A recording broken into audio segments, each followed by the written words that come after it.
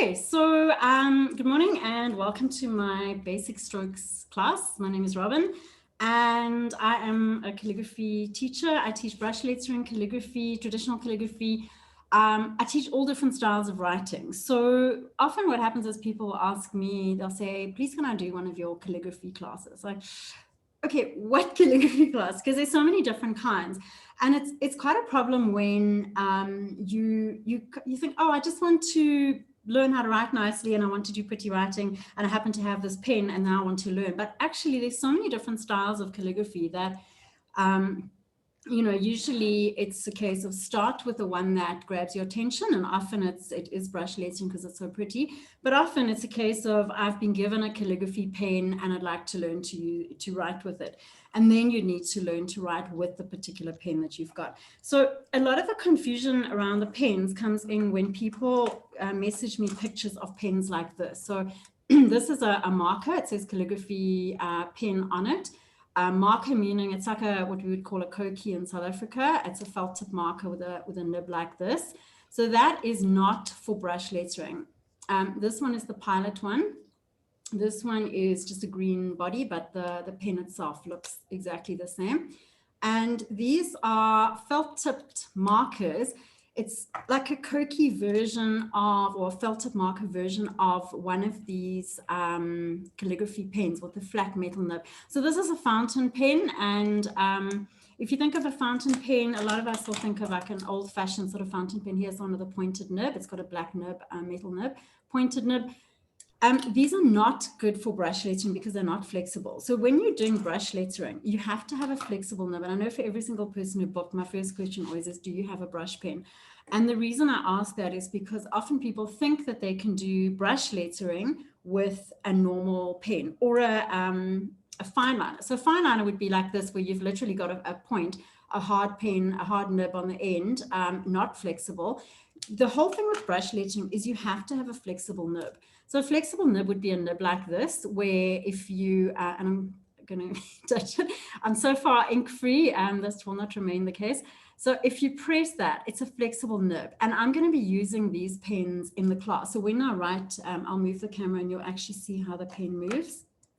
That is the key to brush lettering, is you have to have a flexible nib. So if you try and do brush lettering with a pen like this, this is also a flat nib. You can see if I turn it, it goes pointy on the end there. And if I turn it this way, it's flat this way. That is a calligraphy pen. If you look at marker, so this is a Copic one. It says CM on the end, and that is calligraphy marker. A pen that says B on the end, for instance, the Faber-Castell, the B is for brush. So the differences here are between the brush pen, the flexible nib, and a hard point, like a flat calligraphy nib. Calligraphy would be traditional calligraphy. It would be something like this, where you're doing an italic style of writing, and you can see here I've got thick and I've got thin, but that is not done with a brush pen. That is done with a pen with a flat nib. I'll show you just now when I start writing how the two different pen styles, the flexible nib and the hard nib, how they write differently. So if you're looking at calligraphy and you're looking at something like Gothic, for instance, this is Fractal, which is sort of a version of Gothic, that you would need the flat hard nib for. So that's the difference between a flat hard nib, a calligraphy nib, and something like this, where you're doing brush lettering and you've got a softer, flowier style of writing. Hand lettering is something totally different. It's a more fun style, and that you would use fine liners for. So essentially brush lettering is this flowy, cursive-y sort of style, and you need the flexible nib. So those are the various different styles. The traditional styles, often people ask me about copperplate. That is a traditional style. Copperplate is a style where you would use a pointed nib like this, a very sharp pointed metal nib. I do teach modern calligraphy classes as well. Modern calligraphy is where you're using a pen like this, and everyone goes, oh, that pen looks so scary, and I don't think I could ever use it. These are really, really easy to use, and much easier actually than brush lettering.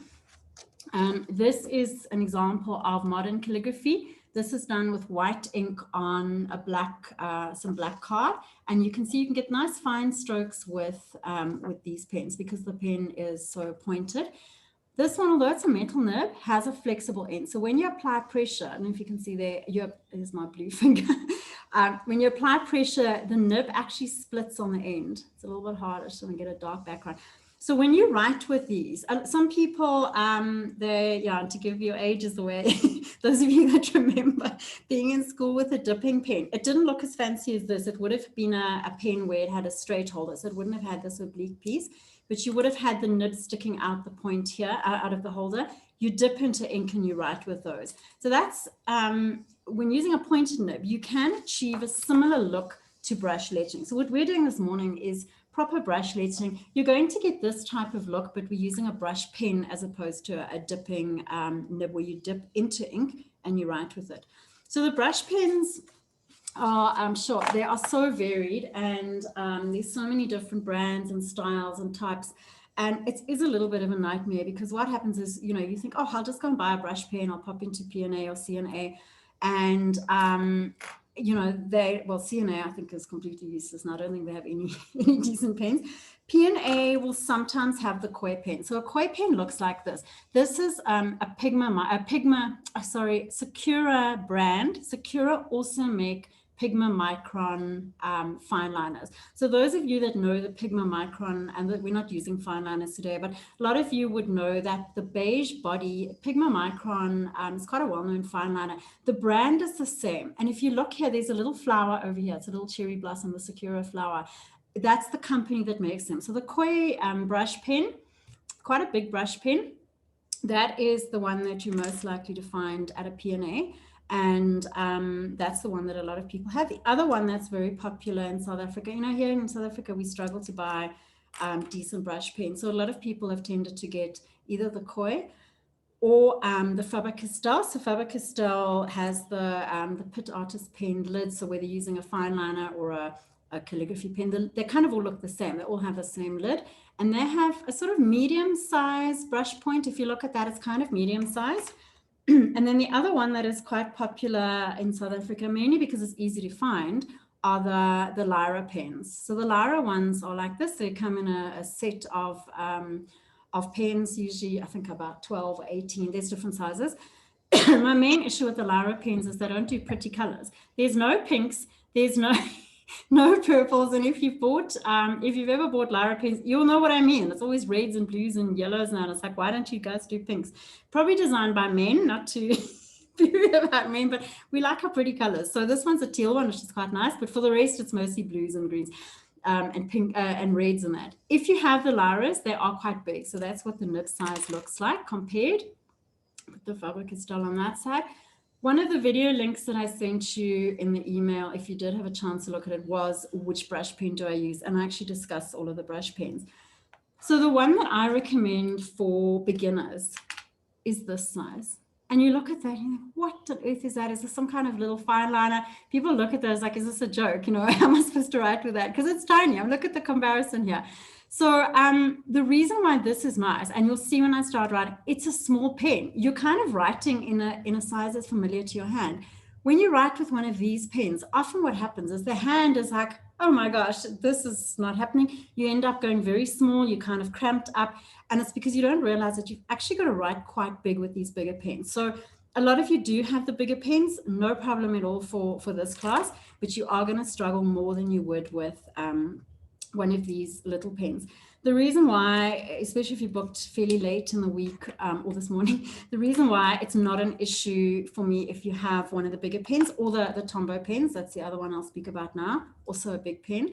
The reason why it's not a problem is because you're not going to just walk into a P&A and find one of these. So these pens, there's a whole bunch of different little ones. I'll show you now.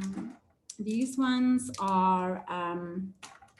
there's a whole lot of different ones. I'll show you the nibs now. They are not easy to find. The Tombow ones are starting to become more popular. That is the ones, like I said, quite a few of you did order those from me during the week. That's the two different sizes. And those are the perfect ones for beginners. The other nice ones are the Pentals, which are small. I'll show you the nib sizes here quick. Pentals are really nice. Even though there is Pentel South Africa, you will not find these pens in South Africa unless you buy from me. I had to go and order them especially from Japan, the Japanese pens, but Pentel South Africa, if anyone out there has a connection, let me know. But they have somehow decided that we don't need brush pens here in South Africa, so you can't buy them anywhere other than from me, and I order them specially. So once you've tried one of these pens, and they come in a whole lot of different colors, there's 18 different colors for these Pentels. They are amazing. The Tombow's also amazing. Tombow's, there is an agent in South Africa now, also Japanese pens. So these are a lot more easy to find, but you're still not going to find them in the average P&A. P&A is a franchise, so you might find if you ask your particular P&A to get them, they can, but there are enough places that you can order these online. So getting easier to find. The main problem that beginners have is they don't know what to buy. So I'm saying, yeah, you can buy this online, you can buy that online, but it's a case of, well, how do I know? And for me, it's a bit like going into Dis-Chem. I always joke about the Dis-Chem thing. You go and stand in the shampoo aisle, and it's like, okay, I have hair, I'm a human, this shouldn't be this difficult. And oh my gosh, it's the bane of my life. I have quite thick hair. I do dye my hair. So I do buy shampoo for dyed hair or for, thick hair. It's kind of wavy. So I don't know what to buy.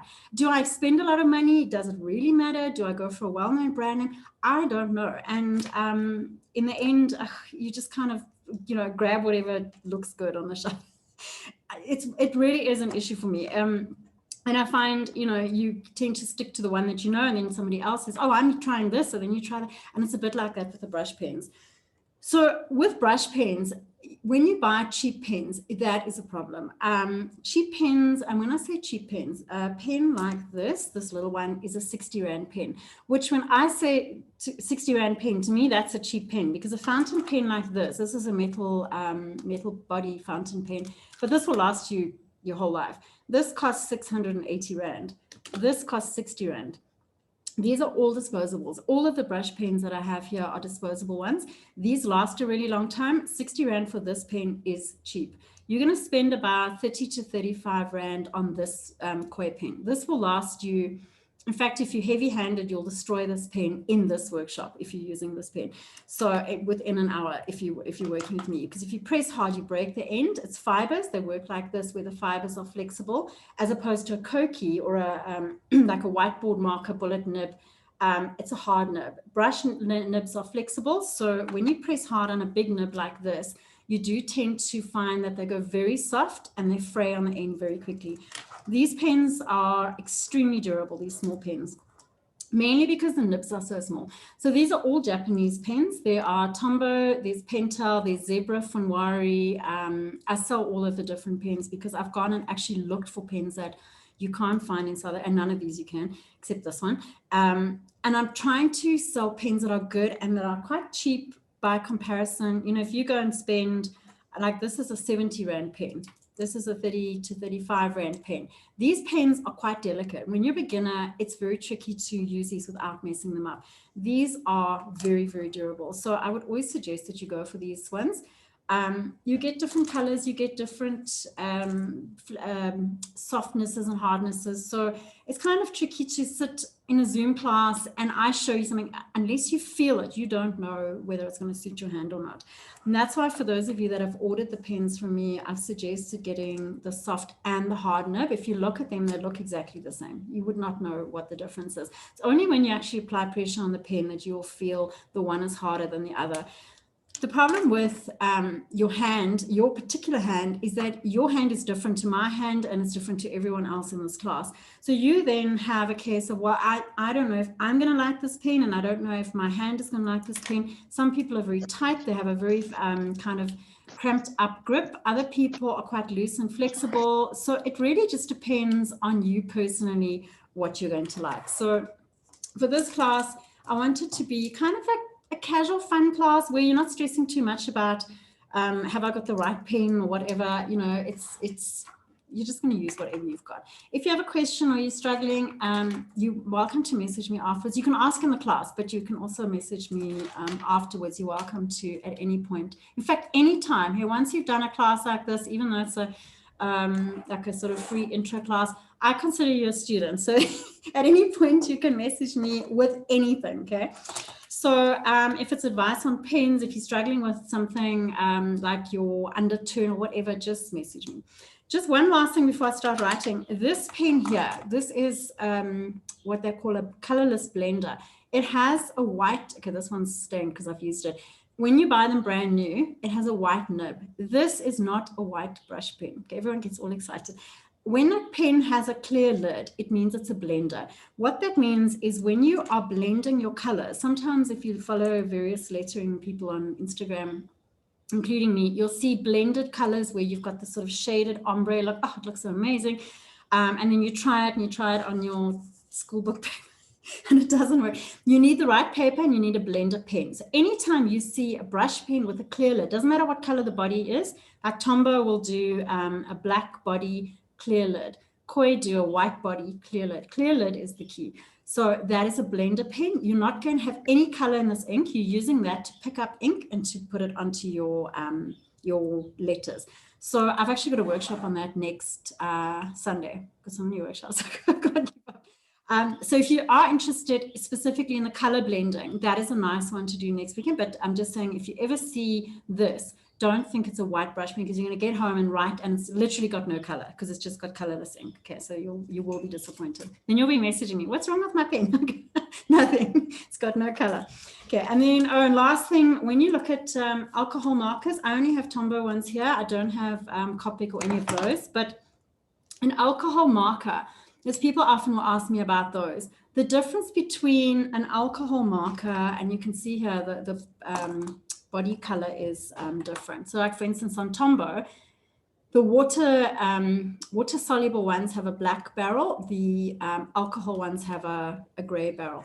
Alcohol marker just means it's going to go through the page more than the water soluble one. It's a different kind of ink. It's used for, a lot of people use it for art, for different kinds of sketching and drawing and coloring and that kind of thing. If you have alcohol markers already, you can practice with them. Just know that they are going to go through your page. Here's one that I did in using actually these alcohol markers. And what happened, I used a very thick, what they call a Bristol paper. And you can see it went through the page where I did the blending. So where I've got the actual blending on my, sorry, I just want to mute. Okay, where I've got the actual blending at the bottom, and I've worked quite a bit with the color, it's gone through the paper. For the rest, if you're using alcohol markers and you're working just on normal, like just normal paper, you need to put a backing sheet underneath. And if you're just practicing, it's fine. Alcohol markers are quite expensive. So if you're buying them to do normal brush lettering with, sometimes it's tricky because you buy them thinking they'll work and they just go right through your paper. So, and they're not as nice to use for general practicing. If you're wanting to do something like this where you're wanting nice blends and that, then those are really nice to buy. But you can absolutely use an alcohol marker as long as it has a flexible brush nib on the end. Okay, that's the only thing. Some of them have just the chisel nib and then that's not going to work. All right, so I'm going to get started and I'm going to show you the basic strokes and explain why that is so important when you're doing brush lettering. So brush lettering is a style of writing that looks like cursive. It is not cursive though. So people will often say, oh, I don't know how to do cursive, or it's so long since I did cursive. Perfect, that's perfect. If you're a person who writes in cursive, you actually struggle more with brush lettering. And the reason why is because when you look at something like this, and I wrote this, the rest is obviously a font, but these in the middle here I wrote.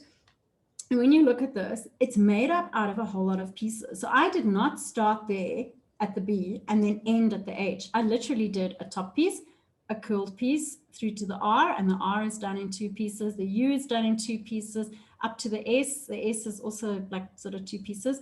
H is a long piece and then a short piece. So that is done in a whole series of pieces. And the basic strokes, which we're doing today, is what you use to make up your letters, and you join your letters together and you make your words. So we are only doing the basic strokes today. If you like the basic strokes and you want to go on and learn more and you feel like you want to do the alphabet, I do have a lot of other courses that I do. There's lowercase, there's uppercase, there's flourishing, there's blending, there's all sorts of fun things, bouncy lettering. So you can really get into brush lettering in quite a big way. But I found for a lot of people, they're very scared to start and they don't know where to start, which is why I decided to just do this workshop. It's like, just come and try it and see if you like it or not. Okay, so the notes, if you look here, there's a huge amount of writing. Okay. When we started last year with lockdown, I thought, oh, I'm gonna have to start doing online classes. I'd only ever done in-person real classes. And I designed these notes for people doing online classes. So there's a lot of reading, but you don't need to read it because I'm going to show you everything that's in here. It's more a case of you want to refer back to something, it's all written in exactly how to do each stroke. So don't worry too much about that. It does have the little strokes here with the arrows going down the side. I'm going to work in this order. And as we go through, I'll also show you what letters you use for which strokes, so that you understand. Otherwise, you see a whole bunch of weird squiggles and you're just looking at this and it's like, what is this? Why am I, and the brain is like, I don't know what that is.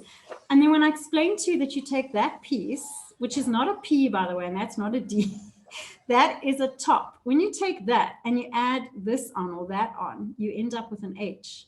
When you do that piece there, that long straight piece, and you add one of these on, you start a little bit shorter, you end up with an N. So you're building your pieces together it's like a puzzle. You're building them together or adding them together to make letters. So I'll show you which letters you would use with which strokes. And I am going to use big Tombow pens. The reason I'm going to do that is because you can see much better on Zoom on your screen if I use these. For the class, I will also use grade 1 lined paper. So the lined paper is pretty much, I do have normal paper somewhere. Mine is double the size. So if you look at normal schoolbook paper, I don't know where I put mine, normal schoolbook paper or exam pad paper, that is perfectly suited to one of these little pens, okay? So the small pens, and that's why I sent you 2 sets of practice sheets where you've got the small ones for the little pens and the bigger ones for the big pens. So I will be demoing in the big ones more just so that you can see. And then I'm going to explain how you hold the pen. Everything is pretty much the same. So when you watch my hand and I'm using a big pen, it applies to the small pen as well. Basic strokes are basic strokes. Doesn't matter what size pen you're using and whether you're left or right-handed, your strokes look the same. Just another thing on that. When I teach upright. So my letters, my strokes, everything are kind of upright. I tend to write personally at a bit of a slant. And a lot of my students, I find they start to slant after a while. You will be doing a 3-hour, like a real workshop, 3-hour class. And I'll see people starting to naturally slant. And most people tend to stay upright. But if you feel that upright is not really working for you and your hand kind of wants to slant, especially with these taller ones, like the top one, and this one that's a tail, that is a J tail. Those ones you'll see your hand will start to kind of naturally slant. Go with that. And I'm telling you now because I may forget just now when I'm demoing. And it's absolutely fine. You can write at a slant if you want. It honestly doesn't matter. Just want to see if I have an example here. No. Okay, on this one, for instance, I wrote very upright. So my writing there is quite upright, but I will often write at a slant. Depends what mood I'm in.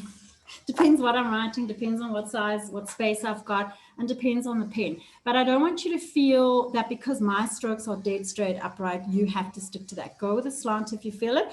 Consistency is more important. So if you're slanting on some of the letters and upright on some of the shapes, that's what kind of looks not so good. Okay.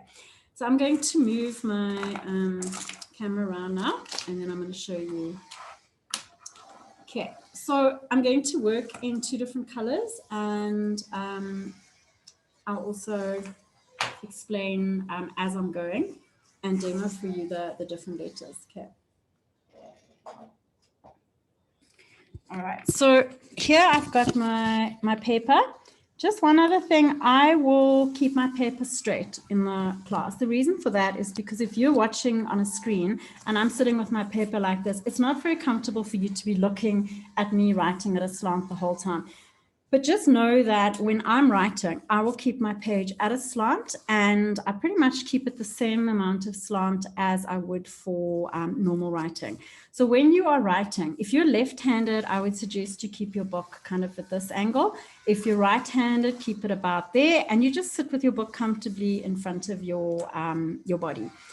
When you are holding one of these pens, what you're wanting to do is hold the pen so that the nib sits sideways on the page. Okay, so here's my hand holding the pen. Here's my pen sitting in my hand. And what and I said I won't slant. Let me just put that straight. So when I am wanting to write with one of these pens, the most important thing here is that the nib is able to make a move or a mark on the page. So when I take my pen and I do this, or I do this on the page, this pen is actually able to move in the direction of the stroke, okay? So if I hold my pen here, which is the way I normally hold a pen. So when I say normally hold a pen, I'm talking about just an ordinary pen, which I'm now struggling to find. Guys, I have so many brush pens here, I don't seem to have any ordinary ones. So let me just, here we go. All right, so when I say ordinary pen, here's a gel pen. It could be a calligraphy pen. If I'm teaching calligraphy, I will work with my pen over here as well. Here's my calligraphy pen. Pen is over here in line with my arm and my hand. So my pen will sit there. For gel pen or normal writing, if I'm writing in a diary, I will hold my pen there. If I let go of the pen sits over there. For brush lettering, if I try and keep my pen here in this direction, what happens is I've got my pen sitting there, but my nib is pointing that way. So if I try and do one of these thick downstrokes, here's what's going to happen. I'm not going to get the thickness. I'm going to, even if I press really hard, I'm not going to get the thickness of that stroke. I have to have the pen there, okay? But now look what happens if I let go of this pen.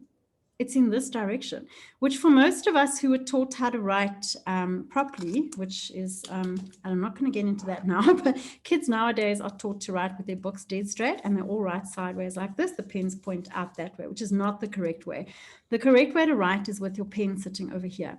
But for brush lettering, does not work, okay? You're going to have this happening. You kind of have the opposite of what you're wanting. You're wanting thick downstroke, thin upstroke, okay?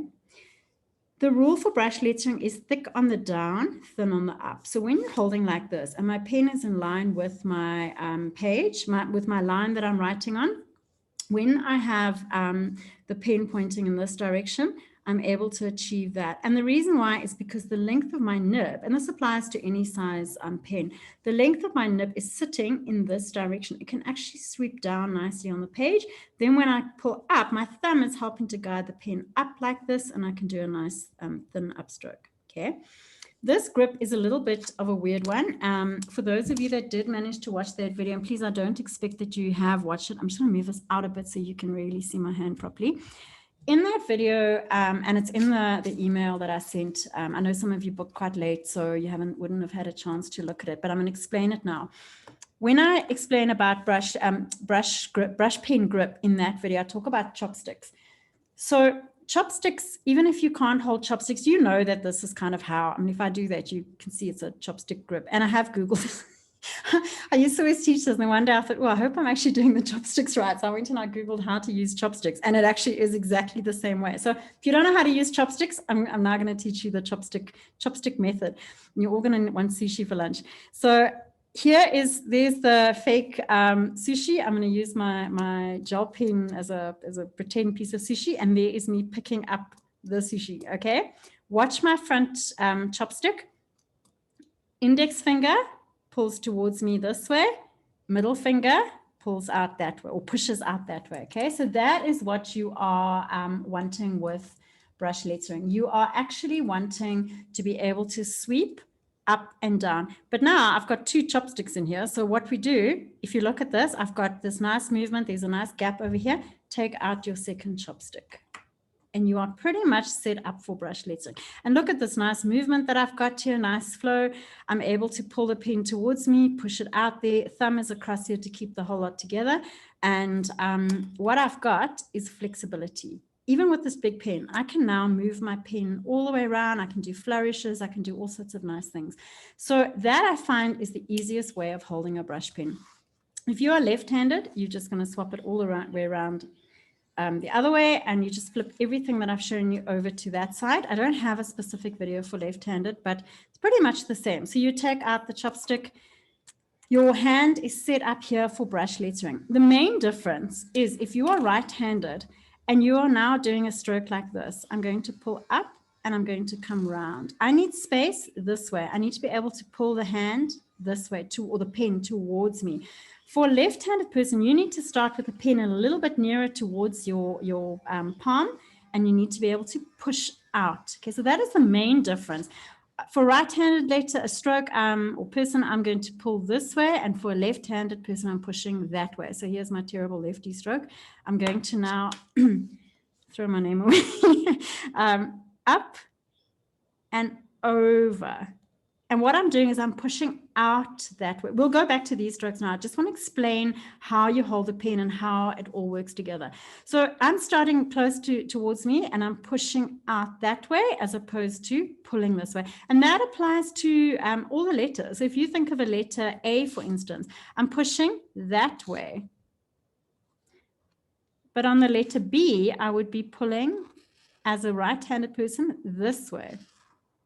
Then I'm starting over there and I'm pulling towards me. So it doesn't matter if you're left or right-handed. For the different letters, you're going in the different directions. So at all times, you need flexibility within the hand. So that is the most important thing, is that your hands can actually move.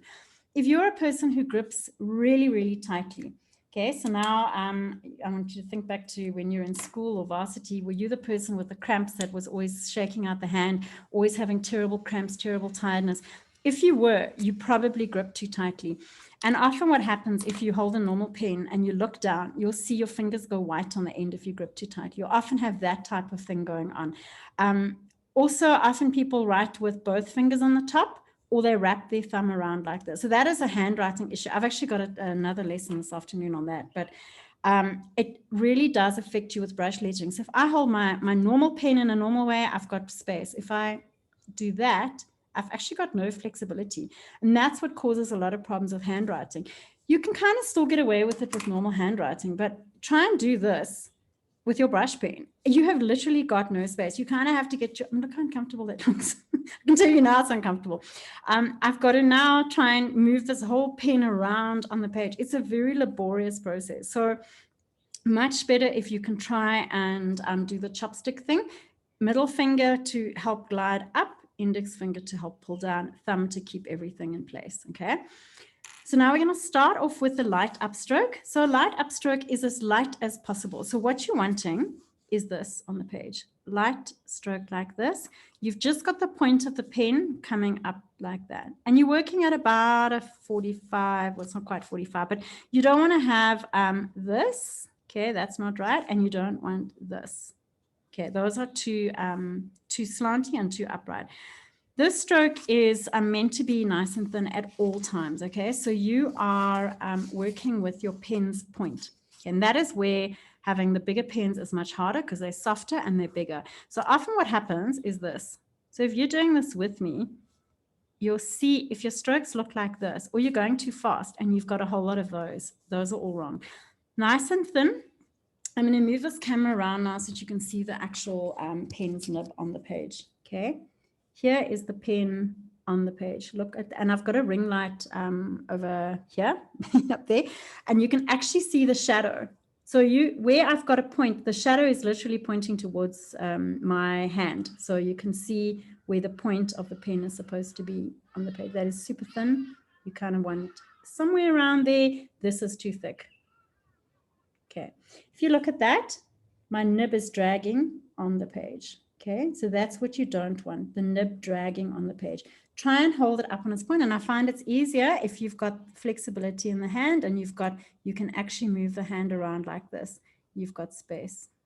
If you're gripping like this in the normal tripod grip, which is what I would use for a normal pen like this, okay? Often what happens is that is difficult because you're here and it's quite difficult to get a thin upstroke. I find often what happens, let's have a look at my nib, it drags on the page, okay? So I find that chopstick grip where my thumb is there. Okay, so going from the top, I'm just going to put this back here. Looking at the top, my hand, my thumb is not there. It is here, over there.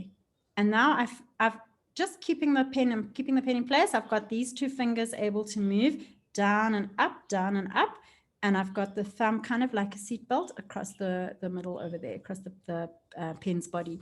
You also don't want to hold too high up, okay? So don't hold like this. You will get a beautiful thick downstroke, but you're going to struggle to get a thin upstroke because you're too far away and your pen can't get on its point. So there is an optimal place to hold, and it's about there. In fact, for me, it would be almost the same as if I was holding a normal pen to me holding a brush pen. Kind of hold about the same distance, maybe slightly higher up on one of these bigger pens. Nice thin upstroke like that. So just do a few of those, and you do need to practice those. This lesson isn't that long, so you need to practice these on your own. Nice thin upstrokes, and then you're wanting thick downstrokes. Okay, thick downstrokes like that. Your downstroke, if it's looking like this, sometimes what happens when it goes thin at the top, it's because you're pointing your pen in the wrong direction. And as you start, it's too pointy. You need to be here, and you need to apply a little bit of pressure, and you need to come down nice and evenly, and you need to lift. So it's a very definite downstroke like that, and a very definite upstroke. So those are nice and thin. Okay. If you're left-handed, you're going to have to be pushing that pen upwards. That is what makes it harder for a left-handed person. You are having to push that pen up, or sort of glide it almost in an uncomfortable direction. For me as a right-handed person, it's very comfortable to glide that pen up and do this. For a lefty, you have to kind of find what works. You're almost taking that pen out that way, but just resist the urge to flick, because if you kind of do that, you end up with it flicking. Your downstroke should be exactly the same, because you're coming down and you're pushing down with the index finger, and you've got the thumb keeping everything in place. Try and resist the urge to have the thumb there for left or for right, because what you do is you actually clamp that pen right into your hand, and it kind of grips it very tightly. Not too bad for these downstrokes, but when you get to these curvier strokes over here, it becomes a bit of an issue, and I'll explain that just now. Okay, so if you're feeling comfortable with those, then you can just do a few of those. I'm just going to keep talking. Just maybe do a row of each. With these pens, don't be afraid to apply pressure. So I'm applying a fair amount of pressure, and my nib is bending. These pens are designed to bend. If I press straight down like this, and I literally, stick its nose into the page, I'm going to damage the pen. But doing this nice and softly is actually fine. You're just gliding that pen down, and you're working nicely, and the pen is designed to do that. If you're working with a very small pen, or you're working with a medium one, like the Faber-Castell. So here's a Faber-Castell. I know a lot of you do have those. And by the way, this Tombow that I'm using, the Lyra is exactly the same, and the Koi. So if you've got either of the Lyra or the Koi, everything I'm doing here with my big pen kind of applies to these, or any of the bigger pens. I know some of you send me photos with bigger pens. They all kind of work the same. The Faber-Castell, when you go down like this, it has a flexible nib as well, but it tends to be fairly straight, and it bends at the base over here, okay? It doesn't bend like on these ones, it kind of curves like that. This one tends to flex from the base of the nib. So it has a different feel. And when you're doing a thin upstroke, you'll find that you will be more comfortable if you're using the Faber-Castell Pitt pens. You'll be more comfortable with a slightly bigger size. So even if you have small lines, remember I said I'm working on grade 1 lines, my lines are double the size. So if you've got normal lined paper and you're working with a bigger pen, just work over 2 of your lines, or 1.5. 1.5 often is also quite comfortable. So you may find that you're actually more comfortable with this size stroke. That's fine. I don't really mind too much. It's more about getting the shape right and building the muscle memory, rather than worrying too much about the exact size for your pen. Okay, so now I'm going to move on to the overturn. So the overturn is this one. Overturn is a combination of the upstroke and the downstroke. And what you'll find is when you get to the top, it's a little bit harder to go curvier, because here you're going up and you're stopping, and here you're coming down and you're starting and you're stopping. Here it's a combination of the two. Okay, so starting off over here with my upstroke. So it's this plus that. Okay, we're just adding those together. Going up, so using the thumb nice and light to keep the pen in place, and you're working with the middle finger and the index finger to glide that pen up. So nice and thin up, flip over at the top, come down like that, okay? For some of you, it's going to look a little bit more like this. Some of you, it might look more like this, depending on if you're slanting or not. It doesn't really matter too much, as long as you've got a thin upstroke, you're curving nicely at the top, and you've got a thick downstroke, okay? That's the most important. This letter, if you, this shape, you would use for instance, here is my downstroke. And if I did an M, for instance, I would use that. I wouldn't start quite at the bottom, but I would use that one in the middle. And then I would add the compound turn, which I'm going to show you just now. But that's where you would use that one in the middle over there. So if you're slanting your letters, if you like the idea of slanting, you would have your M looking kind of like this. And again, you're wanting consistency. So your downstrokes need to be consistent. Okay, so it's pointless having one slanting and one straight and what, you know, like that. So it doesn't really matter which direction you're going. I've had students who slant much more than that, and it actually looks really nice because it's what their hand is used to, and then your hand flows across the page. When you're forcing your letters and your shapes upright and it doesn't feel comfortable, it's going to show. Your letters are going to look uncomfortable on the page. So don't stress too much about that. You can slant and play around with that. And also play around with your paper angle. So I've said I prefer my paper angle there for when I'm writing. Some people like it very slanted. Some people actually prefer it up straight. So if you like your paper up straight, that's fine, as long as it works for your brush pens. Okay, then I'm going to move on to the underturn. I just want to show you, by the way, with the little pens, they would work exactly the same way. You're just going to be working in a smaller size. That's all. Easier to work with because look how little my hand is to move. It's doing this or this as opposed to this over here, which is a much bigger stroke. Okay, so if you're feeling like your hand is struggling with the size of your pen and you only have big pens, don't stress. But that's the reason. It's because it's such a big size to work in. What often happens is you go up and you come down straight because your hand is unable to move at the top. So it's very important to have the flexibility here. So watch what happens when I go up. You're going up and you're moving around like that. You're going in a curve at the top, but it's a curve where you're going light pressure, full, medium at the top into full pressure over there. Okay, so light pressure is for your thin upstroke, full pressure is for your thick downstroke. Okay. So underturn is the next one I'm going to do, and that is quite a tricky one compared to this. You might think, well, how can it possibly be tricky? It is literally the upside down version of that. I'm going to explain now why it's tricky.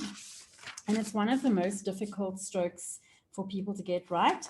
And also when you start doing letters, it's one of the hardest ones to get right, because you're using that when you're coming out of letters like U, V, W, E, O, your oval shapes, any of those where you're coming around and you're working out. It's actually, you use it quite a lot for all of those letters.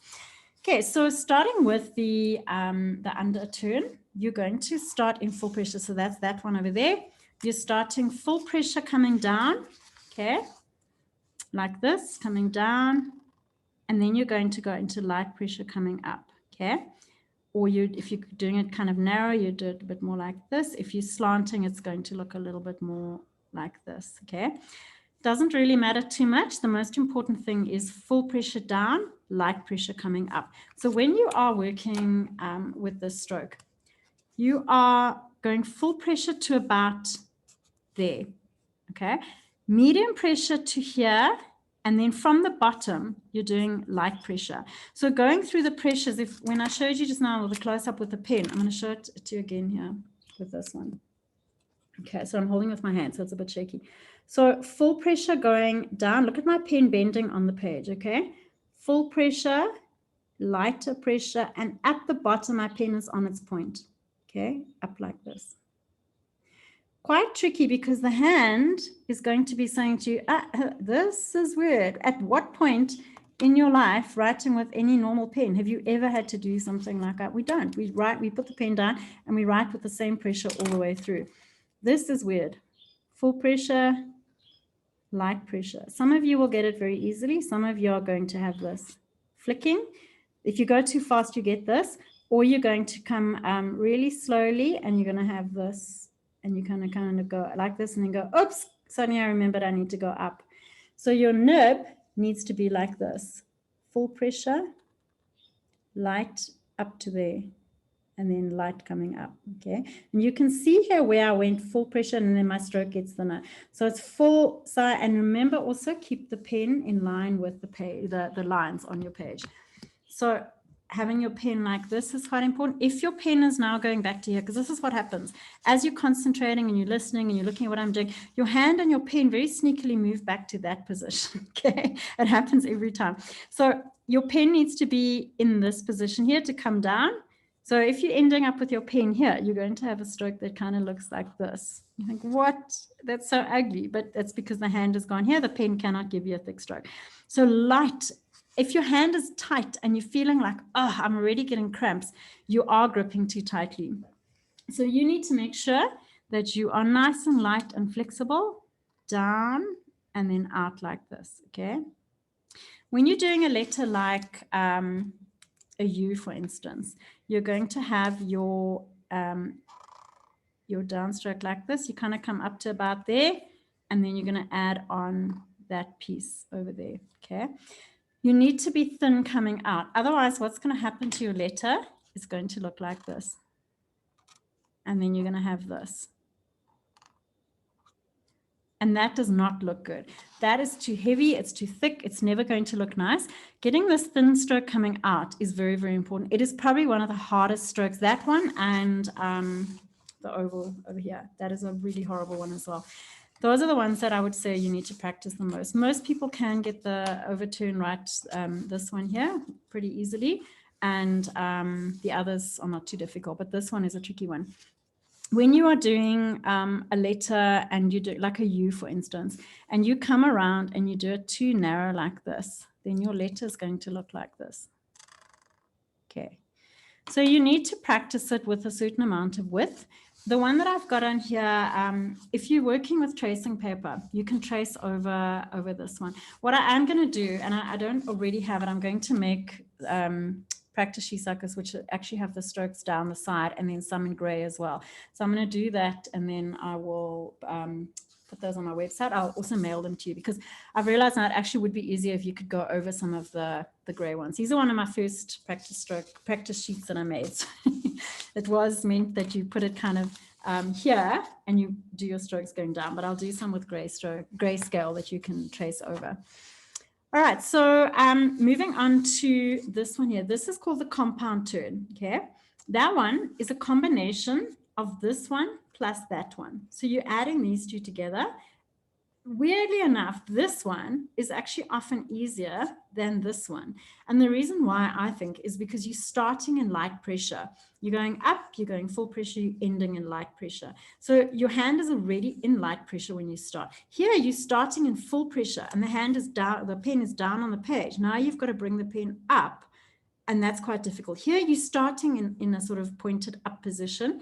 Up, up, up, flip over, heavy pressure, come out. So it's almost like this is easier because the way you're starting. Okay, so the compound turn, just to go through that one, is starting, and it's a big move, so you need space. If you're working left-handed, you need to make sure your pen is quite near to your hand, that you've got space to push out that way, okay? Left-handed, you're extending a little bit, and you are starting there, coming up, down, and up. Okay. Often what happens is you start off all nicely and you've got this beautiful stroke happening and you haven't given your hand enough space, and you've got this going on, and then the hand's like, I don't have space, and you're coming out like that. Or you literally just lose momentum and you have this like that. Okay, I see that a lot. If that is happening, it's because you're coming out too fast, or you don't have enough space and the pen is actually almost sort of being flicked up just to get the hand, just to get the stroke done, where you need to have a nice amount of flexibility that you can go around slowly. So you're wanting to go up, down, and then out over here. So space all the way through. If you're working with the smaller pen, much easier because you need less space. And you're starting to see why, why the big pens are actually not so easy. It's really just a space issue. They work fine. They're softer, so you do need to have more control, but it's really just how much space you need. I mean, I only need that for my, my little pen. So kind of easy. If you are slanting your stroke, you would slant it kind of like this. If you're wanting to slant, it really doesn't matter. If you're slanting, I'm absolutely fine with that. So when you are using that stroke, you would use it for an N, for instance, or an H. So an N, you would do your thick downstroke here, and then you would use that stroke, but you're going to chop it a little bit shorter there. So you're going to come out and down and out, okay? So it's that stroke. If you're slanting, you would obviously slant the whole thing. And then starting there, coming down and then out. If you're slanting, the most important thing then is that you've got your lines kind of parallel over there, okay? Obviously, if you're going straight, you're wanting that as well. What often happens is people will do a nice thick downstroke, and then they tend to forget the rule of thin on the up, thick on the down, and they'll do this beautiful downstroke, and then they kind of do this, and then the strokes are different thicknesses. So the downstroke is thick, and then the second downstroke is too thin. So when you're practicing, and as I said before, we are only doing the basic strokes, so get those right, but try and get your consistency the same. So if you're practicing rows and rows of thick downstrokes, and then you're practicing rows of compound turns, and they all kind of look like this, your letters will never work. So you need your downstrokes always to be consistent. If you tend not to press too hard, then you'll find that your downstrokes might look like this. Then your compound turn needs to match and kind of be like that. Okay. You can get a fair amount of thickness out of these nibs. Just press a little bit. You apply a bit more pressure, which is weird because you might feel like you're breaking your pens. And I know for so many of us, we were brought up to look after our stationery and don't break it and don't this and don't that. And then I'm telling you, squash the pen, flatten the pen a little bit. It's a very weird feeling. That's why I showed you from the side where you actually see the nib bending on the page. That is totally normal. And you need to get those differences. Otherwise, you're not going to ever have a nice looking alphabet. Okay, so that is compound turn over there. The one I'm going to do next is this one here. So this is not a P, because people often will say that is a very weird P and that is a very weird D. This is a top. There are 6 letters that you would use this for. There are B and D, L, H, J, H, K, and F. So all the ones where you're looping over at the top, okay? This one starts not at the bottom. Okay, please listen to me on that. You don't start down here. It might feel nice to move up like this, but you are starting going out that way, okay? So if you look at the notes, they actually show an arrow going out. I've already lost my notes. Okay, here we go. So the arrow shows coming from the middle, going out and around. And nobody ever looks at the arrow, so I'm pointing it out. Often in class, I'll have people going merrily row after row of them starting like this, even though there's an arrow on the page, and they're doing this like this, and then almost throwing the letter up that way. If you know what this piece is for, it doesn't make sense to start at the bottom. So if you think of what I said now, you're using it for L, H, all of those, you kind of need to start here, loop around, and then down, and then you do the next part. So I'll show you the letters now that you use it for, but I just want to first do this actual stroke. So starting, I'm going to use 2 rows on mine. If you're using normal schoolbook lines and you're using a small pen, you would go over 2 lines. If you're using a big pen like this on normal schoolbook paper, you would work on about 3 to 4 of those lines, okay? I can't find my normal schoolbook. I did have one around here somewhere. Here we go. Okay. So this is a small line. So you can see the lines I'm teaching you with are double the size. So if you're working with one of these, this is where it gets a bit confusing. If you're working with a big pen and you're doing these strokes, you would go over 2 lines like this. But when you're starting with the bigger strokes like this, now you've got all these lines. It's a case of, well, where do I start? I would say maybe take a ruler when you're practicing and you draw a line, if you're struggling, and then you would go up and down. It needs to be double the size. Or if you can't get all the way up, if you're working with a big pen, that is a long way to go for your hand. Just work slightly smaller, okay? But don't try and fit it into this size with this size pen. That is going to be too squashed. So if you're doing your smaller strokes in that sort of size, work about there with these ones. Same with the tail when we get to that, okay? So on these lines, go a little bigger. If you're working with a smaller pen, you would work inside the lines. You would work with this size there, and you would work with that size over there. This is the very small Tombow. If you have got both, quite a few of you I know did order both sizes. The sizes are kind of the same, but the one with the blue barrel, okay, is the hard nib. The blue barrel is going to give you that size. The black barrel, the Tombow soft nib, will have a slightly bigger feel. You may find that you're not comfortable working with one line like that. You can also go slightly bigger, okay. And then with these, you can go slightly bigger. So the lines, I don't want you to get hung up on the lines and try and force your shapes into the lines. If you're working with different size pens, kind of just work with whatever feels comfortable. If you're going up and you feel like you can't fit into a line, just go over the line. It's about building muscle memory at this stage, so don't stress too much about that. But this shape that we're doing next, this one here, I want you to do it double the size of whatever size you're working in for these ones. Okay, that's all you need to worry about for now. So I'm going to turn over so I can show you the letters. The only problem with working on this big line paper is you go through a lot of paper. Okay, so for this stroke here, okay, I'm going to start, I'll just put it over there. I'm going to start in the middle and I'm going to work up, okay, pushing up. So it's kind of like doing my thin upstroke. I'm doing a sort of a one of those, flipping over at the top and then coming down like that, okay? So that's the stroke.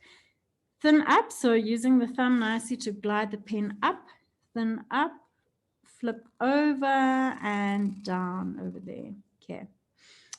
This is often what happens. Okay, if you're seeing that or you're seeing this, okay, these are both wrong, and I'm going to explain why. Very, very common for beginners to have those. So what happens here is your hand is the culprit. The thumb is too tight. Okay, if you are trying to achieve the stroke, so as a left-handed person, I just want to show you the lefty one. So left-handed person, you're pulling towards you. So your strokes may also look like that as a left-handed person. You're supposed to go up and kind of curve around nice and soft like, oh, look at my, so not a left-handed writer, but that's the move that you're wanting. So you're wanting to kind of curve here. So if your strokes are looking like that, as a right-handed person, generally the culprit is the thumb over here. So on these, what happens, watch here, I'm going up. So this is when it flicks out like that, and you may find your strokes look like that. It's because the thumb, as you're going around, is too tight, or you've gone to this position. That thumb has clamped that pen in so far, that pen cannot move out into a curve. It is forced this way. Okay, if that makes sense. It's like a mechanical thing here, all the mechanics of it. The hand is forced in this direction. The pen needs to move that way, okay? In order to get a nice curved stroke, your pen needs to be able to move out, okay? That thumb needs to allow these two fingers to push the pen out this way, okay? If that thumb is too tight, it's kind of obvious if I explain it this way, but it's obvious when I say it, but it's not so obvious of how to fix it. So when I go up, and now my thumb is tight, my thumb is pulling my hand around this way, okay? When you think of a windscreen wiper, back window wiper, okay, windscreen wiper will go this way. But if I turn my pen on its side and you think of a, like there's the where it's anchored to the windscreen and it curves like this, that's kind of what you're wanting for this stroke, okay? So how do you get the pen to curve like this? You relax the thumb. Easier said than done. So thumb not too tight, and that's why I like to keep the thumb there on the pen, not over here. Okay, so I like to keep it there where I've got it on that pad over there and not this end one over there. So I'll try and keep, there's the joint. So if you look at my pen, my hand, there's my hand, there's my pen sitting in my hand, and my thumb is sticking out slightly, but it's not tight. It's just allowing the pen to sit there. Then you'll find it's easier to do a slightly curved stroke like this. Okay, if you're really struggling and they're still very rigid and they're still pulling the other way, they're pulling this way, take your pen and exaggerate it. Go like this and really push out there. That's not the correct shape, but what it does is it allows the thumb and the hand to go, oh, okay, that's what you want. You want us to go out there. And then you'll see the thumb and the hand. It's like a, I don't know, a weird, weird muscle memory thing. They kind of go, okay, we have to curve this way. And you'll find that you're more able to do a softer curve like that. And when you do a letter, like an H, for instance, it looks a lot more natural than when you have it looking like this.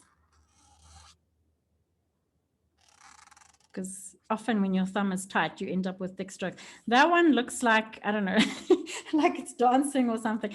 You lose this kind of nice soft curve over here when your thumb is tight. Okay, so that's why it's quite important to do that. But don't be afraid to just push right out there and do these crazy exaggerated strokes. If you're left-handed and it's the opposite, just do whatever I've shown you, but the opposite way, where you will now go up and you're actually pushing or pulling towards you and you're kind of going this way. Okay, look how thick my stroke is. So you're actually wanting to create the curve here and create space in there. So you need to start a little bit further away from you, go up here and have space to curve around like this. Okay, but exaggerate your curve if you feel that your hand is too tight and you're kind of going up and you're looking like this. Sorry guys, I can't write left-handed. But if they're pulling this way, you want to exaggerate that way. It happens with everything. If you're finding that a particular letter is too tight or too wide or too anything, exaggerate the opposite way and you'll find often you kind of hit that happy medium. So this stroke here, we're going to use it for, as I said, 6 different letters. So once you've got it looking like this, when you do, if you do carry on with brush lettering and you do the alphabet class, you would use it for the following letters. So it would be the L like this. You would curve it at the bottom. H, let me just do, H would be like this. And there's your compound turn. K would be also same thing, using that. And then you're going to do this over here. That would be the K.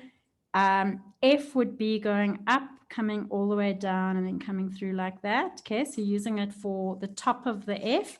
Then for B and for D. So B, you're going to start with that same shape that we've just done. So you use it for 6 different letters, but you're adding different pieces on. So for B, you would add on that oval. And for D, you would first do your oval. Okay, which I'll explain the oval now. And then you would add on that piece over here, which is actually the L. If you look at my L, that's the same. So there you have the 6 different places you would use that looped piece. It is quite important to get it right. And you can imagine now if all my letters had a very sort of ugly back, if my B was looking like this, and then I tried to add this on and it was all going thick.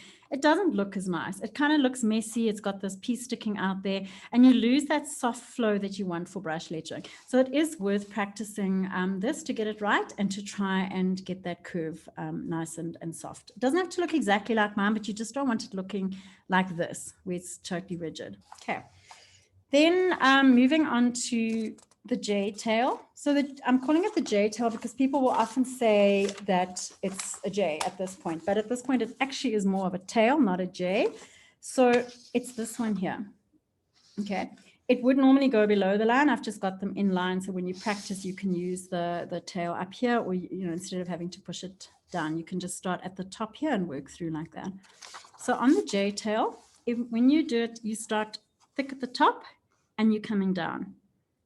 Down, down, down, curving and around. Okay. So where this one, oh, and if you put a dot on it, becomes a J. So, and we use it. I'll show you quick where we use it before I explain all the issues with it. When you do a U or half a U and you add this tail on, it's a Y. When you do your oval, which I'll still show you at the end, and you add on what looks like the same tail, it becomes the G. Okay, so we use that tail shape, that basic stroke. It's the official name for it is the descending loop because it's a loop that descends down. The other one, which is this one here, is the official name is the ascending loop because it ascends up. I tend to refer to them as tops and tails, but those are the official names.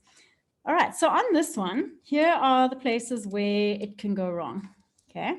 You first of all will often find that you are starting nice and thick at the top, but then your hand starts on this journey and it's like, okay, we're going down, we're gonna go into this tail, except that you're busy mid-stroke and your hand and your brain and your eye and everybody's like, don't know where to turn. And you end up kind of doing this, or you end up with this like this, and you're going down, down, down. And then you sort of just flick it around like this. It's almost a panic move. It's like, oh, we have to curve. We don't know what to do. So we're just going to end it there. The easiest way to break this up for you is, again, a driving analogy. Okay, I'm going to do 3 lines here.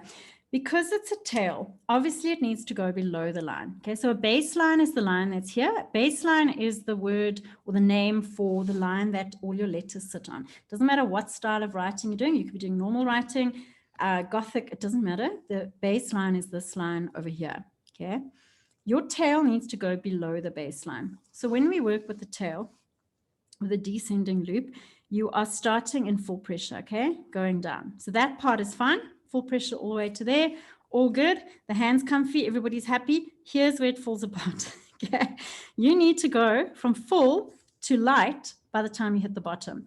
So if you were driving, you would be in, say you're in 4th gear here, 4th gear, 4th gear, 4th gear, 3rd gear, 2nd gear by the time you hit the bottom. Okay, then you're coming out in light pressure. So that piece coming around needs to always be in light pressure coming up. So if you've practiced lots of these, you know how the light pressure looks. Where it becomes an issue and you end up with it going thick like this is where your hand loses, it's a coordination thing and your hand kind of loses its way. You need to go full, full, full, light, and now you're pushing in an opposite direction to all the other strokes. All the other strokes have gone this way so far. We're working that way. Now we're working the opposite way. So a poor hand is understandably confused. You're going down, 4th gear, 3rd gear, 2nd gear. Okay, and you can actually see there I've gone thinner at the bottom. Now you're curving, and don't stop. I've stopped to show you, but try and keep it in one go, and then curving around like this. If you're working with the bigger pens and you find it's too difficult to do it that size, just do that size. Often I find it helps people to go smaller because it's a big letter, a big shape to do if you're trying to get the whole thing right. It's a coordination thing. So the poor hand. So if you think of, right, we're driving, okay? Now we're going to park. Here is where we're parking, okay? It's like teaching, teaching grade 1s. So we are starting. Now we're driving. We're driving 4th gear. We're going to the mall, We drive in. You don't drive in and park at 80 k's an hour. Well, you shouldn't. You probably smash into the pillars. So you are coming down, full pressure, light pressure. Now you spot the perfect parking space. Oh, you're going to get it. And you're going in nice and slowly. You guide that car in between the pillars. So that's kind of how it works. If you just do this, that's never going to work. You're going to end, or you end up going down, down, down, and then you sort of do that. That's not pretty. It's not nice. It's too fast. You're not going to drive in super fast and throw the car in. Slowly, slowly, slowly. Okay. If you're doing something like a J, you would take it through like that and put the dot on, or a Y or a G. But for now, you can just stop over there. That stroke, you need flexibility because I'm going down and I'm actually going out there. So the hand has to be able to push out, look over here, push out this way, okay? So looking from the top, I'll just move under this camera.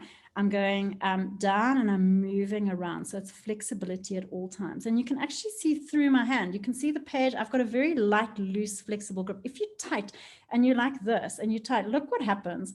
My poor pen is saying, okay, I'm going to try, but it's really, really hard. I can't see what I'm doing. And it's all cramped up. And look at this. You can actually see how uncomfortable that looks.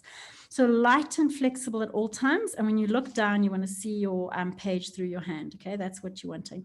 If you're struggling and you really feel like your fingers are pulled inside there, take a little bit of tissue paper. Not tissue, but actual tissue paper, like the kind you'd get if you buy a pair of shoes, what the shoes are wrapped in. Make a little ball and put that inside your hand, and that'll help keep your fingers out there and just stops this cramped up look like this. You don't ever want to look down and you're seeing fingers cramped like this. You're wanting light and flexible. If you're left-handed, you're starting the opposite slightly further away from you, and that's so that you've got space to come down and then out like this. Okay, and I think I might have crashed the car over there. So nice and light, again, pushing away. So wherever I'm talking about flexibility and all of that, it's the opposite. You still want flexibility, but it's the opposite direction for a left-handed person, slightly further away from you, down, and then you're kind of going up like that. Okay, so around like this, but exactly the same move. It's like a mirror image when you're looking at a left or right-handed person. Okay, so that is my J tail, my descending loop. The last one of the brush, the basic strokes, is the oval. So that oval is commonly known as the dreaded oval, and it really is the most awful letter to do. I'm going to show you now why. Okay. Unfortunately, it's the one that we use for A, D, G, and Q, and use a version of it for C and E, and for some of the O's. So that one is, it's kind of important that you get it right, okay? Otherwise, you should try and write words without those letters. You'll find it quite difficult. Okay, starting over here with this shape, this is what I personally find. So other teachers will teach in a different way. I personally find it easier to go this way. Now look where my pen is. Remember what I said about the pen direction? Normally I would have the pen there, okay? Downstrokes there, okay? Pen in that direction. For the oval, what I find personally, and I found it works with most of my students, is that when I push this way, it's easier, okay? So the oval needs to start at the 2 o'clock position. So if you look over here, I've got a little pink line over. If you've printed in black and white, you'll see it's just a gray stripe, but if you've done it in color, it's a pink line. There's actually a line over there and an arrow. So you're wanting to start at the back. Here's the reason, before I explain the shape, is that if I start at the top and I have a weird join at the top, and then I do this and I make it into an A, look how weird that looks. If I start here and I do an A, actually cover my join. So even if my join is not great, I cover it with my next stroke. And the same for the D, the G, the Q. So you're starting and ending at what I would call the 2 o'clock position at the back here. Now, this one is for right-handed people. I'll do a lefty one now. So right-handed person, I feel like it's easier if you sort of pull the pen almost back towards you and you can push it out like that. Okay, so watch my hand here before I even do it. It's a circular sort of move like this. Okay, when you're very tight and you're kind of on top of the page here and the pen, it's hard to get that nice, nice stroke. This shape, which looks like this, it has several parts to it. So it has the starting point over here. It has this thin piece here. Remember, thin on the up, thick on the down, thin on the up. Okay, so you need to go around thin, curving around the on the left side, thick as you apply pressure, and then bringing it up into light pressure as you come out. It's a lot of coordination, and that's why this one's so tricky, because the poor hand is saying, okay, you've asked me to do all these other shapes, managed to get it right, now you throw this one at me. Okay, so now we have a different, okay, the way I teach is a slightly different style. So here I'm going into normal pen position. There's my stripe that I drew on my hand earlier, okay, where I said hold the pen like this. Now I'm going totally against what I said earlier for this shape. If you can do this shape holding it like that, that's fine. You can try it. But I find for most people, it's actually easier to almost go into normal writing position and you push up. So part one is like you're pushing up, okay? Now you can get a nice thin stroke, but you have to curve around. So here we are curving around there, okay? Now it's easy because I'm curving around nicely. I'm coming here, and because I started extended, I've now got my pen back here and I can come around nice and thin like that, okay? So there, sweeping around and out. And where it gets tricky is that you've got to go thick over there and then thin over here and try and keep it as an oval. So you don't want this, okay? That you definitely don't want. You don't want this either, even if you manage to come out nice and thin. That is quite a fat one, unless your writing is extremely wide, okay? That would definitely not work with my letters. It's too wide. If you're not sure, if you look at your letter and think, how do I know if it's too wide? Do an N next to it. For some reason, I find that the N is almost going to tell you what your particular writing proportions are like. So if you look at this N, here's my N starting over there. Here's my N ending over there. And you can actually see that my A is too wide. over there. So I need to bring my oval in. For my size of writing, which is quite sort of middle of the road, that width is nice. Okay, so you need to be careful of that, because if you go too thin, it also doesn't look good. So you may find that you do them and then they kind of look like this. I have all versions. Okay? I've seen them all. So don't worry if yours look ugly. I promise you I've seen them and they are fixable. So we're going to do it together. Hold your pen, pushing out there, sweeping around, and then up like, oh, sorry, I wasn't looking at the hand. I was looking at the screen to make sure you can see it. Ignore that. Okay, pushing out there, sweep around, full pressure, light pressure, and then up there and starting and ending there. Okay. So again, it's kind of like driving. You start the car, you're driving out, you're driving. Okay, you're tired of driving. Slow, back home, and then nice and thin. So it's always thin at the bottom. So thick on the down, thin on the up. Okay. For a left-handed person, some people actually find it easier, because for a right-handed, you're kind of pushing out and you've got to do this whole move.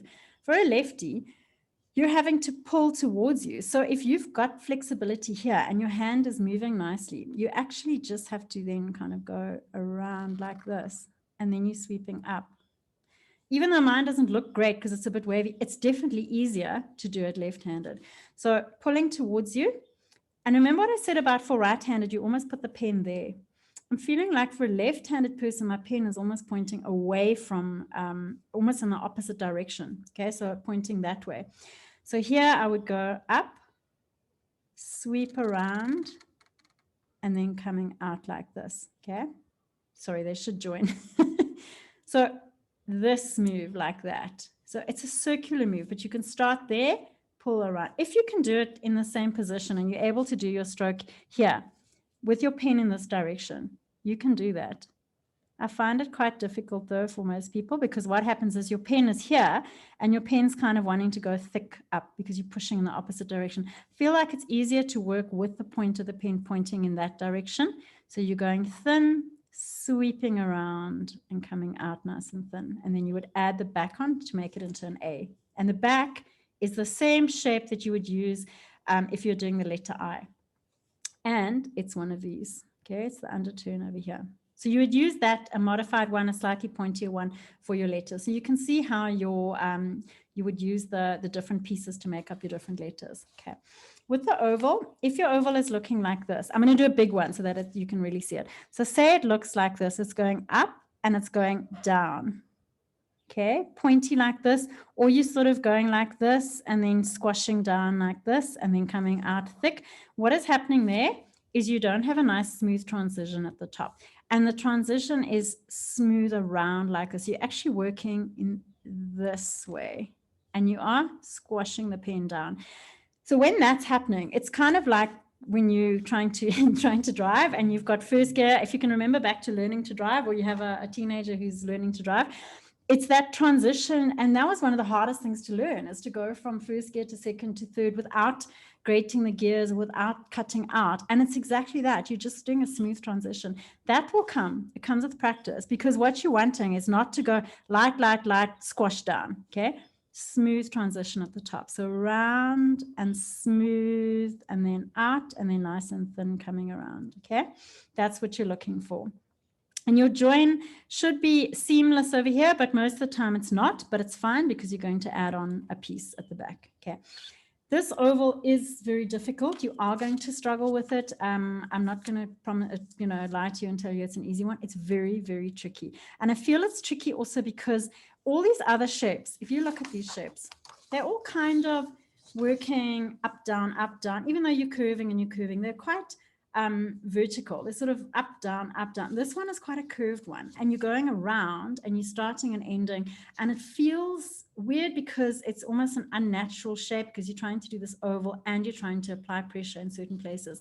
So I do feel like that's quite a tricky one. If you practice this one and you can get this one looking nice at the bottom, this one should be easier because your bottom part, this coming out thick into thin, should be easier.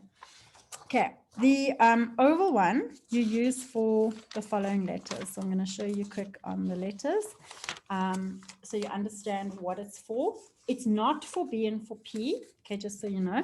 B and P have ovals, but it's almost like a reverse oval. So we don't do that as a basic stroke, but I'll show you that anyway just now. I'm first going to just do some ovals over here. Okay, so there's my, I'm going to do 5. Okay, and then I'm going to add pieces onto them. Sorry, mine are not perfect here. Okay, so there are my 5 ovals. The reason I've done 5 is because I'm going to show you how you would change them into letters. So if you're doing the A, you would add on that piece over there. Okay, so remember for the oval, I said push that way. That's sometimes easier, but then you go back to this for your back piece. So that is based on one of these underturns over here. For your D, you're going to do your oval, and then you're going to add on the L, okay, which is based on this ascending loop. For your G, you're going to add on the tail, which you can see is that, that tail shape, the descending loop. For Q, I'd like to teach 2 different tail options. So for Q, you could either have this one here, okay, which is kind of like the old-fashioned cursive, like a cursive sort of Q. And then there's another one that I like to do, which is like this. So these are the ones that I would teach you in the alphabet, the lowercase alphabet class. But you can see your oval is the same. So it's worth working on the oval and getting it consistent. Because if some of your ovals are flat and some are wide and some are, you know, different shapes, you end up with your letters not looking so nice. So here are some of the problems with the oval. Okay, starting at the top. Even though I've said start at the 2 o'clock, often what happens is you forget. And, you know, if you draw a circle, you just start at the top. So it's kind of natural to do that. Or if you're doing a letter, say you do the A, people tend to do this. Okay, they do, or go down to there. They would kind of do this, like that. That is not how you do the A. You have to complete the oval up to there, okay? And then you would add on another piece. So completing the oval, starting and ending there is very important. Also, it's an oval shape, not this shape, kind of like that. And it's not super round where it's going like this. Okay. If you're coming around thick there, it's because you're not lifting up onto the point of the pen. So very important to get those parts right. Thin up, thick down, thin up. You can even just say that to yourself each time. Thin up, thick down, thin up. Okay, so that's quite important. Get those right, and then you'll have nice letters like this that all look the same. When you're using the oval for C, you would use part of the oval. So C would be like this, coming out, and E would be a version of the oval. And then for the O as well, if you're wanting to do your O like this, some people like that O. I personally find it a little bit boring. I would do my O like this, which is based on the underturn. Okay, so those letters are, these ones here are sort of based on the oval shape. That one is based on the underturn, but that we put together in the alphabet class. For now, just work on those basic strokes, get those right. I just want to show you B and P. These are not strokes that you would need to do for this class, but just so you understand, if you're doing a B or you're doing a P, you would use your, like what we'd call a reverse oval, but it's not taught as a basic stroke. You would start on the opposite side and you'd work this way around. But because you're doing the downstroke first, it's quite easy to come out. It's actually very much based on this shape, like that. But you are curving it around like that. But we don't, as I say, we don't do it as a separate stroke because you're starting here and you're just curving underneath. Okay, so B and P, it's a separate move to this one over here. Okay, so the letters that don't use these specific strokes, for instance, the S, the R, that loopy R, those are all ones that are different. So in the lowercase class, I explain how you'd put these together. This one here, though, even though I say you don't use the basic strokes, here's the underturn, okay? And if you put a dot on it, it's the letter I. It's the same shape that you would use for your underturn. And this S, even though I'm coming down like this, if I had to do it straight, it kind of looks almost like a mini version of my tail stroke. So you're sort of using these strokes in your letters. A Z would be this, okay? It's a combination of that, but you curve it in and your tail, okay? So for a Z, you would take those two and you would do them like this.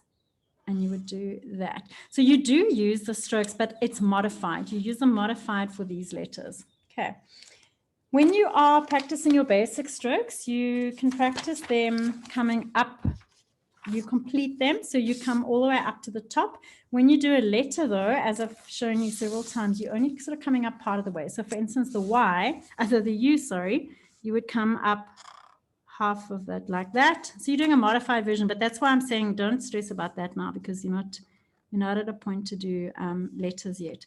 So a U, you would come up halfway there and you would end halfway there. But when you're practicing basic strokes, it's a good idea to practice them as complete moves and start and finish at the top of the stroke. Okay, I think that is about it. I'm going to just move this camera around in case you've forgotten what I look like. So you might have already decided you never want to see me again after those strokes. So this is a crash course. It's an intro course, and I'll be honest, it's not my favorite way to teach. Zoom in general is not my favorite way to teach. The main reason is because I can't see what you're doing. I can't see where you're struggling. I can't walk around the table. You know, when I teach a real class, it's like you have a connection with the person. You see them, you see their hand. I can, even personalities come through. I'll notice, yeah, it's like psychology. I'll look at someone, get to chatting to them, and you can tell some people, you know, they're just going to be very stressed and very tight and very this and very that. All of that is kind of, you know, you pick up those nuances. So as a teacher, I find this is difficult. So please don't feel like you don't want to bother me. If you're struggling with something or you feel, sure, yeah, you explained it nicely, but I personally can't get this or that stroke right, message me. This is what I do full time. So, you know, I want you to feel like if you like brush lettering and it's something that you're interested in doing, this is like a journey. You're not going to be writing beautifully by the end of this class. It's not possible. You are going to be possibly doing these ones nicely. That one, that's the problem child over there. I do have a video on on troubleshooting for basic strokes. So if you look on YouTube, on the bottom of these notes, it says Calligraphy Joburg. Everything is Calligraphy Joburg. So if you go on YouTube and you look at Calligraphy Joburg, look for troubleshooting for basic strokes. Everything that you're going to struggle with, well, I think everything is explained in that video. So if you are going through these strokes and you're particularly struggling with this one, for instance, you just flip through the video until you get to that stroke or this one or that one, the O's at the end. I have close-ups, I explain it all, and that's also, it is quite a nice video to watch. Obviously, you're welcome to re-watch this one. It's going to be on YouTube as well. But I do feel like you do just need to practice quite a bit. When you are struggling with these shapes, remember the letters that you're going to use them for. Sometimes I feel, though, that you almost need to have the letters, like you kind of need to do the lowercase alphabet course, and then your strokes kind of, it just makes more sense. You know, when you look at these, yeah, you can get them perfect, but they're out of context. When I tell you that plus that makes an N, it's like, oh yeah, that kind of makes sense. But when you're practicing your strokes all on their own, sometimes it feels a little bit, you know, like they're in isolation. So if you feel like you want to move on to the alphabet and you do want to do that course, you do not have to have these looking amazing. These are, yes, they're written by me, but I can tell you now, if I did a whole row of basic strokes, even though I teach it, they're probably not all going to look identical. Main important things are thin on the up, thick on the down, slow as well. You saw how slow I was writing. You write slower than your normal writing. I always joke about this kind of being like yoga for the hand. It's very, you know, when you're going fast, and don't forget to breathe, guys. I see that a lot in classes. People sort of, and then they're holding their breath and they're so stressed out. Don't be stressed. It's a pen. You're in charge. So, but holding the pen correctly and holding it lightly is very important, and flexibility in the hand. And remember, here's all my drawings. That is where I'm holding the pen over there, not cramped up on the end like this. I actually hold it across there. So it is different to normal pens. If you want to go back and rewatch the video, it doesn't matter. I taught myself. There was no one teaching, there's still no one teaching in Joburg. I didn't know all the people on, there's a lot of people on social media teaching now. There's all sorts of free stuff. That wasn't the case when I taught myself. And I bought brush pens and I destroyed countless brush pens. I have a whole graveyard of dead brush pens. that is what happens. Don't feel bad. I mean, try not to destroy your pens. That's why I'm here to help you. But don't put huge pressure on yourself. It's a new skill. You're learning to write, but because your brain and your hand know how to write with one of these, you automatically think this should be easy because I'm writing and I already know how to write. This is not writing. No grade 1 has ever taught that. You're now in like a grade 1 phase. So give yourself that time to learn. Also, don't stress if you write something out and it looks terrible. Keep those pieces, keep all your practice sheets, go back. I look back at some of my stuff, I think, yo, and people always say, oh, you write so well and you make it look so easy. Yeah, I've practiced. I put a huge amount of effort into practicing. And I was teaching calligraphy. I was teaching traditional calligraphy with a metal pen for years before I went to brush lettering. Brush lettering was one of the hardest things for me to learn because of this new weird way of holding and all the weird strokes, and it's totally different. So don't feel that just because your strokes don't look nice or your writing doesn't look nice that you're failing. You're not. Just keep going. Also, don't force yourself to practice. If you don't feel like it, don't do it. If you're not in the right mood, you're tired, or you've just had a really bad day at work or whatever, just leave it. Do it the next day. A good time to practice is when TV's on or in Zoom meetings. If you get fired, not my problem, but just in your boring Zoom meetings, when you're sitting and you're kind of half, those meetings that could have been an email, that's when it's a good time to actually sit and practice and just mess around and play. And if you feel like you're wanting to try a couple of words, by all means, or a couple of letters, play around. If you feel that you want to give it a shot, do it. But underturn, thick to thin, most important, and going slow. And flexibility in the hand. Those are the most important things. Okay, guys, I've talked enough. Any questions? I'm recording, so when I stop recording, if you feel like you want to then ask a question, you're also welcome to. I'm not rushing off anywhere. Okay, but any questions before I finish the lesson? No questions. Either you're too scared to ask, or I'm such an amazing teacher. Just kidding. Okay, just one thing. There are also giant brush pens. Hey? So I've been talking about the big brush pens like this size. You also get giant ones. Those of you who have these Albrecht Dürers, the Eco lines, these are even bigger than these ones. These are amazing pens to write with, but you need to go big and you need a lot of space in the hand. I just wanted to show you those because I have them here. So whatever pens you have, look at the nib and kind of adjust your writing, your stroke size to the nib size. Okay. And if you feel like you're wanting to get smaller pens, they definitely will make it easier. Okay. And thank you so much for joining me. And if you're wanting to go further and do lowercase alphabet, I've got a lot of classes, lowercase, uppercase, but it's, slowly. So start with this and get good with it. Okay. Thanks, guys. And I will hopefully see you at another workshop. Okay, bye.